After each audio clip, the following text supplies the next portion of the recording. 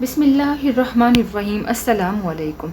तमाम तारीफ़ें अल्लाह तबारक ताला के लिए और सलातो-सलाम हमारे प्यारे आका हज़रत मोहम्मद मुस्तफ़ा सल्लल्लाहु अलैहि वसल्लम के लिए।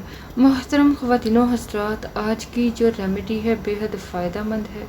वो मर्द या वो ख़वातीन जवानी में बूढ़े नज़र आते हैं, जिनकी हड्डियाँ कमज़ोर हो चुकी हैं, कैल्शियम की कमी हो चुकी है, उसके लिए बेहद फ़ायदेमंद रेमेडी है।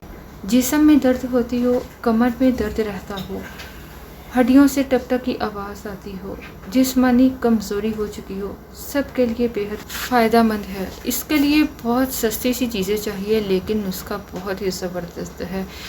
आपने करना क्या है, फूल मखाने लेने हैं। इसमें गोश्त से भी ज़्यादा ताकत होती है फूल मखानों में। आप तकरीबन 2 चम्मच, तकरीबन 8 से 10 फूल मखाने ले लें।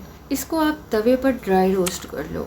इसमें आपने ना घी मिलाना है ना ऑयल, ड्राई रोस्ट करना है ताकि इसकी जो नमी है वो ख़त्म हो जाए और आप इसे अच्छी तरह पीस सकें। दूसरी चीज़ जो आपको चाहिए वो है बादाम। ये बादाम दिमागी कमज़ोरी के लिए बेहद फ़ायदेमंद है।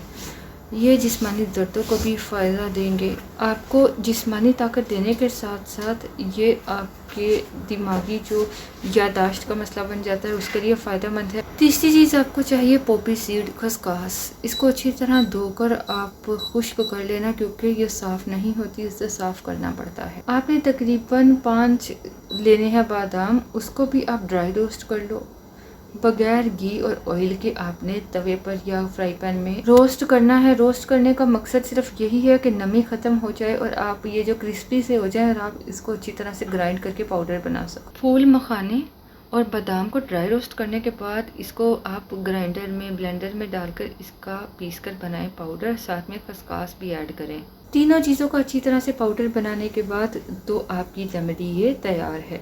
इसको अपने इस्तेमाल कैसे करना है, आपने करना क्या है। दूध तो आप सभी लोग पीते होंगे। जो लोग दूध पीना पसंद नहीं करते, जिन्हें जायका अच्छा नहीं लगता, तो वो उसमें ये पाउडर मिला सकते हैं। 1 कप या 1 गिलास दूध लें, जितना आप पी सकें, उसमें 1 चम्मच आप इस पाउडर का मिलाओ और इसको पी लो। दूध नीम गर्म होना चाहिए, ठंडा नहीं। चंद दिन इसको इस्तेमाल करें, आपको बहुत ज़बरदस्त रिज़ल्ट मिलेगा। बेहतर रिज़ल्ट करिए, लगातार 1 माह इस्तेमाल करें, इंशाल्लाह आपकी हड्डियों की कमज़ोरी ठीक हो जाएगी।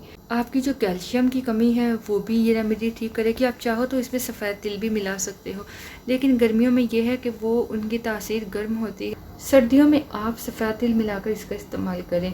गर्मियों में सफ़ेद तिल को रात भर पानी में भिगो कर रख दो। सुबह इसको आप दूध के साथ ग्राइंड करके, थोड़ा सा पानी हो, ग्राइंड करके ले सकते हो। आधा चम्मच सफ़ेद तिल लें, उसमें तकरीबन 1 से 2 चम्मच आप डालो पानी के, रात भर भिगो कर रख दो। सुबह आप दूध में इसको मिला लेना, इसको ग्राइंड कर लेना।